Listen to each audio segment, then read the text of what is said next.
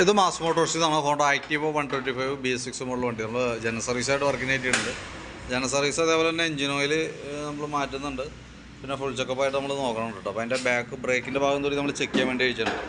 Break ലൈൻഡർ company ലൈൻഡർ കിടക്കണേ, ഹോണ്ടയുടെ original ലൈൻഡർ തന്നെയാണ്. വലിയ പഴക്കമായിട്ടില്ല. നമുക്ക് ബ്രേക്ക് ക്യാമൊക്കെ ഒന്ന് അയച്ച് ഗ്രീസ് ചെയ്ത് റീസെറ്റ് ചെയ്താൽ മതി. അതേപോലെ ബാക്ക് വീല് പിടിപ്പിക്കുന്ന ഷാഫ്റ്റാണ്, അതിൻ്റെ ബെയറിങ്ങിൻ്റെ പ്ലേ ഒക്കെ നമ്മൾ ചെക്ക് ചെയ്ത് വേറെ കംപ്ലയിൻ്റ് ഒന്നുമില്ല. പിന്നെ അതേപോലെ തന്നെ നമ്മൾ ഈ ക്ലച്ച് സൈഡ് നമ്മൾ ഫുള്ളായിട്ട് ഗ്രീസിങ്ങിനായിട്ട് അയച്ചിട്ടുണ്ട്. അപ്പോൾ അതിൻ്റെ ബെൽറ്റിൻ്റെ കണ്ടീഷനൊക്കെ നോക്കി. ബെൽറ്റ് നമുക്ക് ഇതുമ്പോൾ കിടക്കുന്നത് കമ്പനി ബെൽറ്റൊന്നുമല്ല, ഡ്യൂപ്ലിക്കേറ്റ് ബെൽറ്റാണ്. പക്ഷേ എന്നാൽ പോലും പുതിയ ബെൽറ്റാണ് കേട്ടോ, വലിയ പഴക്കമായിട്ടില്ല. അപ്പോൾ ബെൽറ്റ് നമുക്ക് തന്നെ തൽക്കാലം കിടക്കട്ടെ.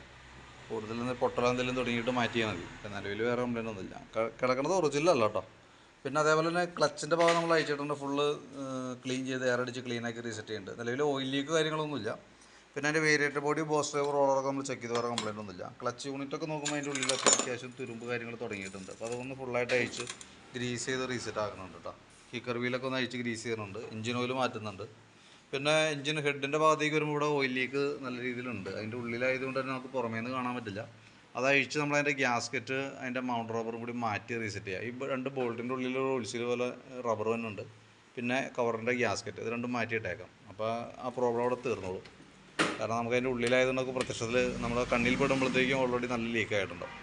പിന്നെ ബാറ്ററി നമ്മൾ ചെക്ക് ചെയ്ത് പോകുന്നുണ്ട്. ബാറ്ററി ആമറോണിൻ്റെ ബാറ്ററി ഇരിക്കണേ, ലോഡ് കൊടുക്കുമ്പോൾ 9.27 വരെ. നിലവിൽ ബാറ്ററിയുടെ ഭാഗത്ത് വേറെ കംപ്ലയിൻ്റ് ആയിട്ടൊന്നുമില്ല. പിന്നെ ഫ്രണ്ട് സൈഡിലേക്ക് വരുമ്പോഴത്തേക്കും ഫ്രണ്ട് ഷോക്കിൻ്റെ ആക്ഷനൊക്കെ നമ്മൾ ചെക്ക് ചെയ്തു. വീൽ ബെയറിങ്ങിൻ്റെ കണ്ടീഷനൊക്കെ നോക്കി, കോൺസെപ്റ്റൊക്കെ ഓക്കെയാണ്.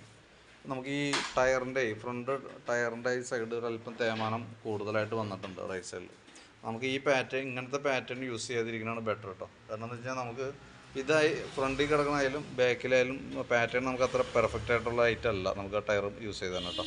നമുക്ക് സാപ്പർ മോഡൽ ടയറാണ് ഏറ്റവും ബെറ്റർ. കമ്പനി വരുന്ന മോഡൽ എന്ന് പറയുമ്പോഴത്തേക്കും അതിപ്പോൾ നമുക്ക് MRF സീറ്റിലൊക്കെ കിട്ടും. അത് MRF സീറ്റ് അപ്പോളോ, MRF അല്ലെങ്കിൽ അപ്പോളോ ചൂസ് ചെയ്യുന്നതാണ് കുറേ കൂടി ബെറ്റർ കേട്ടോ. അപ്പോൾ മാറ്റിയിടേണ്ട സമയത്ത് കറക്റ്റ് സാപ്പർ മോഡൽ യൂസ് ചെയ്യുകയാണെങ്കിൽ കുറച്ചുകൂടി നല്ലതായിരിക്കും. ഇപ്പോൾ ഇത് നമ്മൾ വണ്ടി തള്ളുമ്പോൾ പോലും നമുക്ക് അതുമ്പോൾ ചെറിയ ഒരു ചാട്ടവും ചെറുക്കിങ് അനുഭവപ്പെടും. ടയറിൻ്റെയാണ്, മാക്സിമം യൂസ് ചെയ്യുക, ശേഷം മാറ്റി കഴിഞ്ഞാൽ മതി. ഫ്രണ്ട് ഷോക്കിൻ്റെ കണ്ടീഷനൊക്കെ നമ്മൾ നോക്കി, ലീക്കേജ് കാര്യങ്ങളൊന്നുമില്ല, വർക്കിംഗ് ഓക്കെയാണ്, വീൽ ബെയറിങ് ഓക്കെയാണ്. വേറെ അപ്പോൾ വെട്ടി തേയ്യണതിന് പ്രത്യേകിച്ച് വേറെ കാരണമൊന്നുമില്ല. അപ്പോൾ അതുകൊണ്ട് തന്നെ ടയറിൻ്റെ പ്രോബ്ലം കൊണ്ടായിരിക്കണം വെട്ടി തേയുന്നത് കേട്ടോ. സ്പാർക്ക് പ്ലഗൊക്കെ ഒന്ന് അഴിച്ച് ക്ലീൻ ചെയ്ത് റീസെറ്റ് ചെയ്യുന്നുണ്ട്. അപ്പോൾ നിലവിൽ നമുക്ക് സർവീസ് സംബന്ധമായിട്ടുള്ള വർക്ക് മാത്രമേ ഉള്ളൂ. അതിനകത്ത് നമുക്ക് അഡീഷണലായിട്ട് മാറ്റേണ്ടി വരുന്നത് ഈ പറഞ്ഞ രീതിയുടെ ഹെഡ് കവറിൻ്റെ ഗ്യാസ്കറ്റും അതിൻ്റെ മൗണ്ട് റബ്ബറും കേട്ടോ. പിന്നെ എഞ്ചിൻ ഓയിൽ മാറ്റുന്നുണ്ട്. അപ്പോൾ ഞാൻ എൻ്റെ ഏകദേശം ഒരു എസ്റ്റിമേറ്റ് ആക്കിയിട്ടേ ഡീറ്റെയിൽസ് വാട്സപ്പിലേക്ക് ഇട്ടേക്കാം.